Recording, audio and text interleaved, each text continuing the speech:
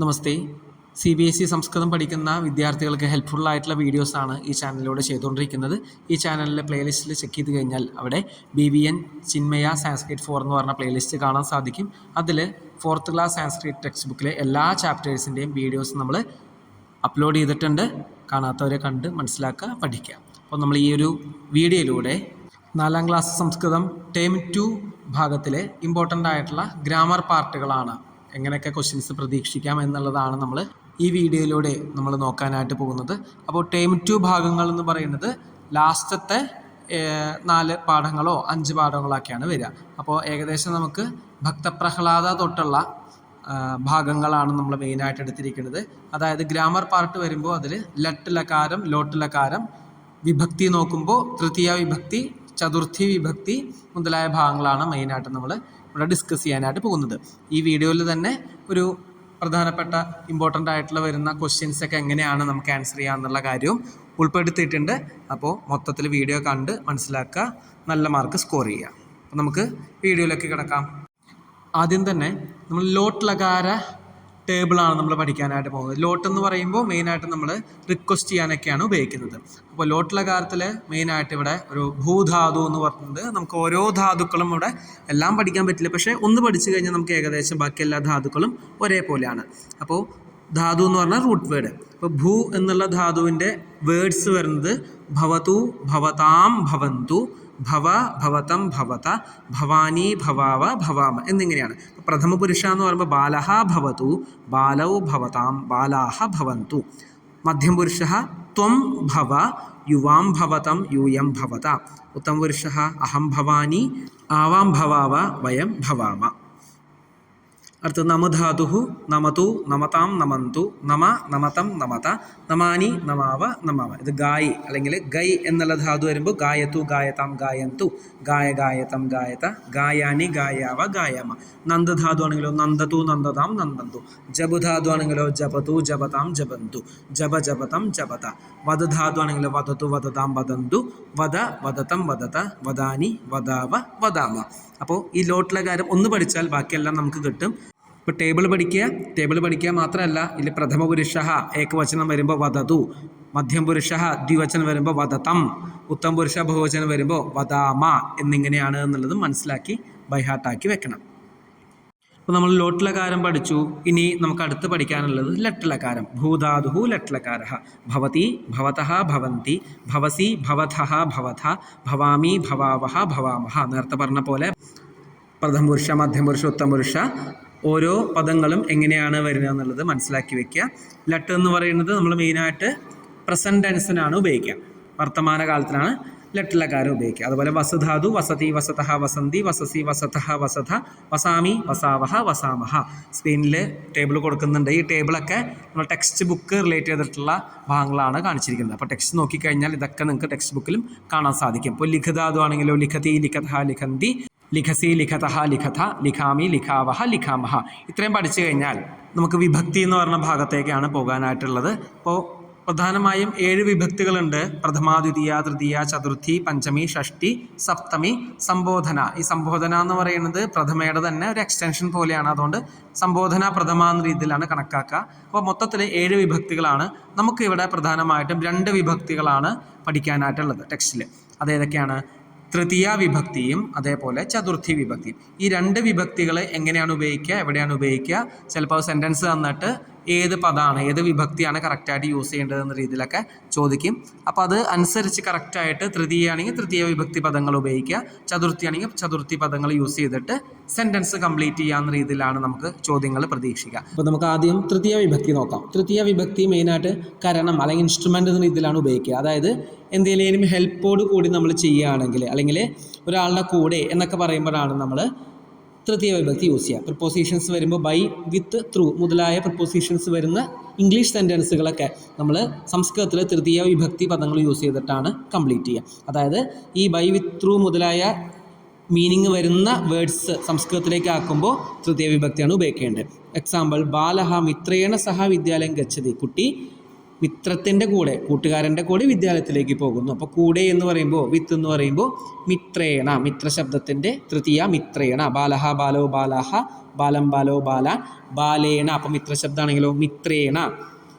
മനസ്സിലായെന്ന് വിചാരിക്കുന്നു. ഇതാണ് തൃതീയ വിഭക്തിയുടെ യൂസേജ്. ബൈ, വിത്ത്, ത്രൂ മുതലായ പ്രിപ്പോസിഷൻസ് യൂസ് ചെയ്യുന്നതൊക്കെ നമ്മൾ തൃതീയ വിഭക്തിയിലാണ് സംസ്കൃതത്തിൽ ഉപയോഗിക്കുക.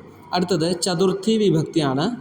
അടുത്തത് ചതുർത്ഥി വിഭക്തിയിലേക്ക് കിടക്കാം. ഇവിടെ ഫംഗ്ഷൻ എന്ന് പറയുന്നത് സമ്പ്രദാനം അല്ലെങ്കിൽ റിസീവർ.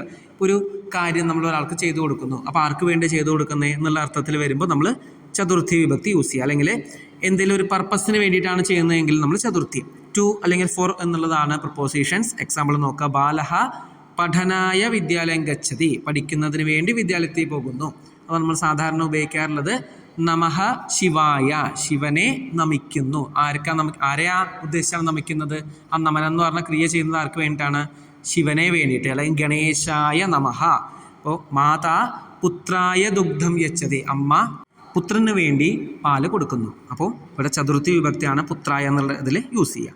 അടുത്തത് നമുക്ക് സ്റ്റാർട്ടിങ് പറഞ്ഞ പോലെ ഒരു മോഡൽ ക്വസ്റ്റ്യൻസ് നമുക്കൊന്ന് ആൻസർ ചെയ്ത് നോക്കാം. ഉചിത ലോട്ട് ലകാര പദേഹി റിക്തസ്ഥാനം പോലെ ലോട്ട് ലകാര വേർഡ്സ് യൂസ് ചെയ്തിട്ട് കംപ്ലീറ്റ് ചെയ്യാനാണ്. ബാലഹ ലിഖതു, ബാലോ ലിഖതാം, ബാലാഹ ലിഖന്തു, ത്വം ലിഖ, യുവാം ലിഖതം, യൂയം ലിഖത, അഹം ലിഖാനി, ആവാം ലിഖാവ, വയം ലിഖാമ.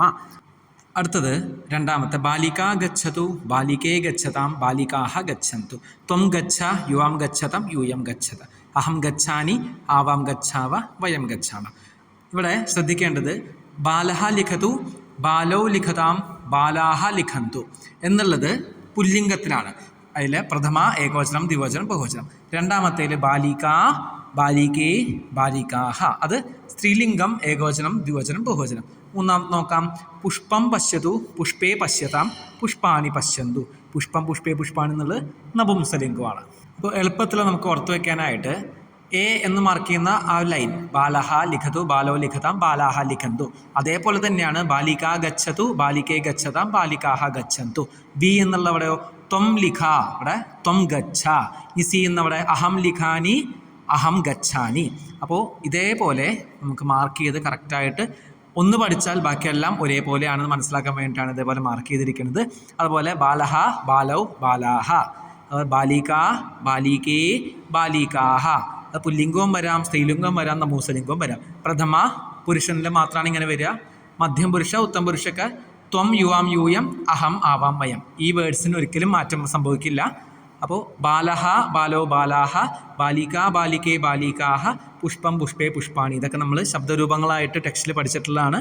പുല്ലിംഗം, സ്ത്രീലിംഗം, നപുംസലിംഗം. ഓരോ വേർഡ്സും എവിടെയാണ്, ഏത് പുരുഷനാണ്, ഏത് വചനാണ് എന്നുള്ളത് കറക്റ്റായിട്ട് മനസ്സിലാക്കി ബൈഹാർട്ട് ചെയ്ത് വെക്കുക. എങ്കിൽ മാത്രമേ നമുക്ക് ആൻസർ ചെയ്യാൻ സാധിക്കുള്ളൂ. ഇനി അടുത്തത് രണ്ടാമത്തെ ലട്ലകാര പദങ്ങൾ കംപ്ലീറ്റ് ചെയ്യാനാണ്. ബാലഹ ലിഖതി, ബാലോ ലിഖതഃ, ബാലാഹ ലിഖന്തി, ലിഖതി ലിഖതഃ ലിഖന്തി, ത്വം ലിഖസി, യുവാം ലിഖതഃ, യൂയം ലിഖത, അഹം ലിഖാമി, ആവാം ലിഖാവഹ, വയം ലിഖാമഹ. അതേപോലെ സെക്കൻഡ്.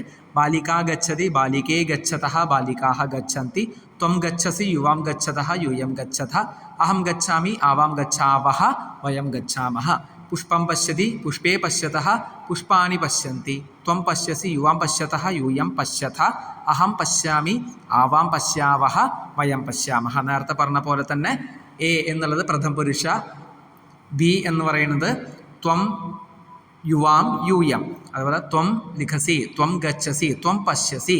ഇനി ഉത്തം പുരുഷാണെങ്കിലോ അഹം ലിഖാമി, ആവാം ലിഖാവഹ, വയം ലിഖാമഹ. അഹം ഗച്ഛാമി, ആവാം ഗച്ഛാവഹ, വയം ഗച്ഛാമഹ.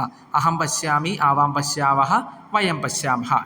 അപ്പോൾ നേരത്തെ ലോട്ടിലകാരത്തിൽ പഠിച്ച പോലെ തന്നെ എവിടെയാണ് ലിഖതി വരിക, എവിടെയാണ് ത്വം വരുമ്പോൾ എങ്ങനെയാണ് വേർഡ്സ് വരിക, അഹം വരുമ്പോൾ എങ്ങനെയാണ് മീയാണോ നീയാണോ എന്നൊക്കെ നോക്കി ബൈഹാർട്ട് ചെയ്ത് വെച്ച് കഴിഞ്ഞാൽ നമുക്ക് സിമ്പിളായിട്ട് മാർക്ക് സ്കോർ ചെയ്യാൻ പറ്റും.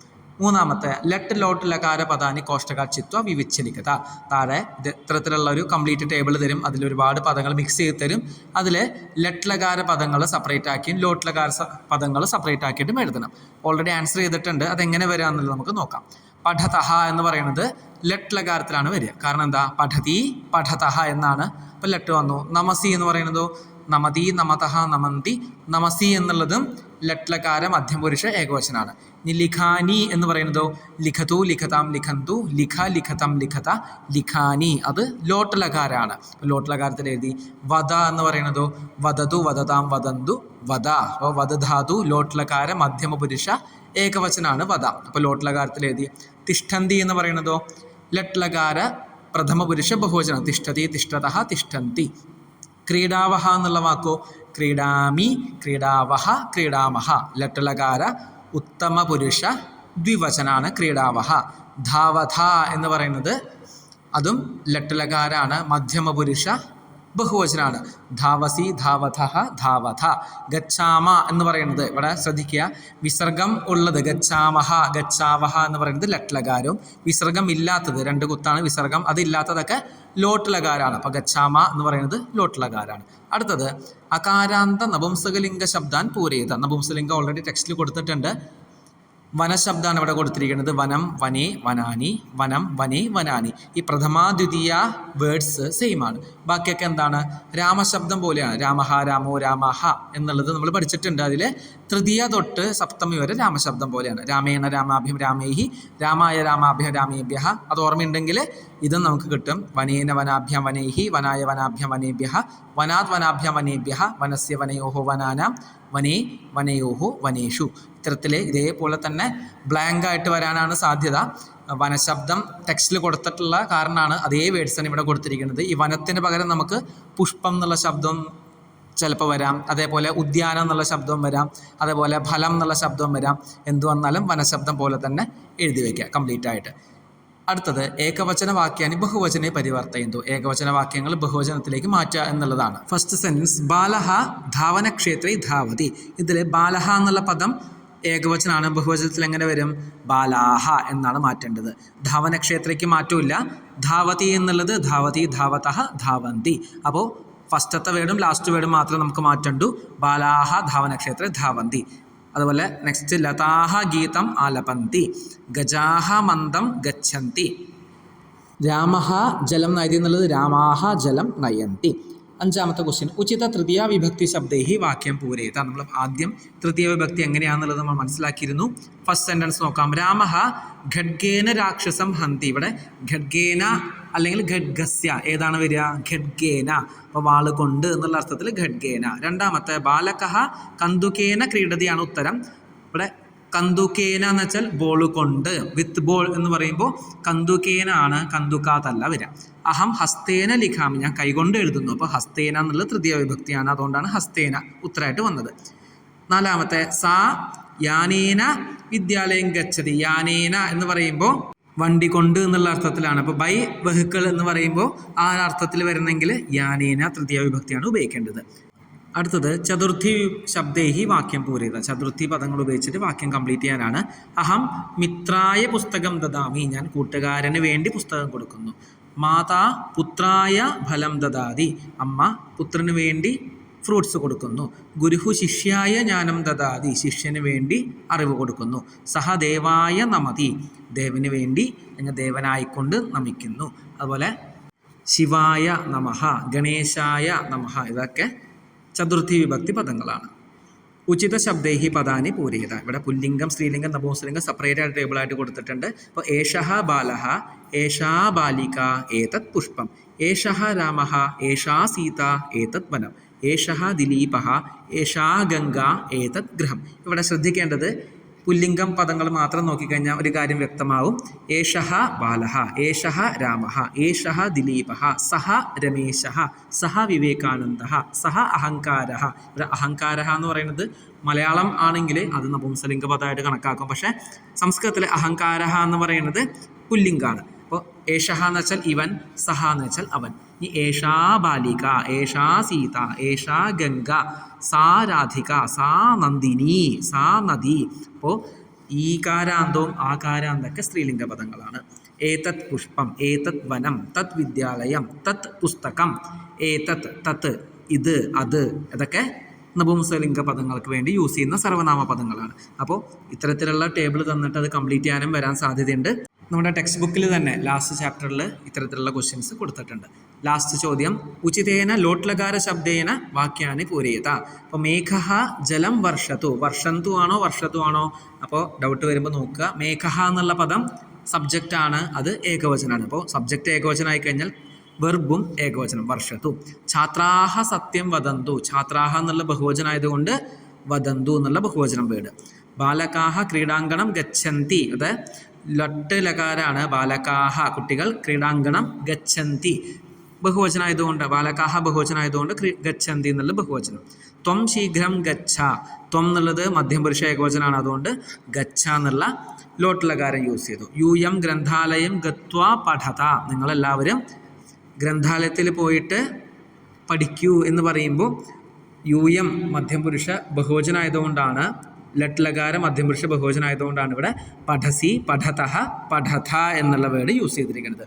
അപ്പോൾ യൂയം പഠഥ നമ്മൾ ടേബിളിൽ പഠിച്ചിരുന്നു.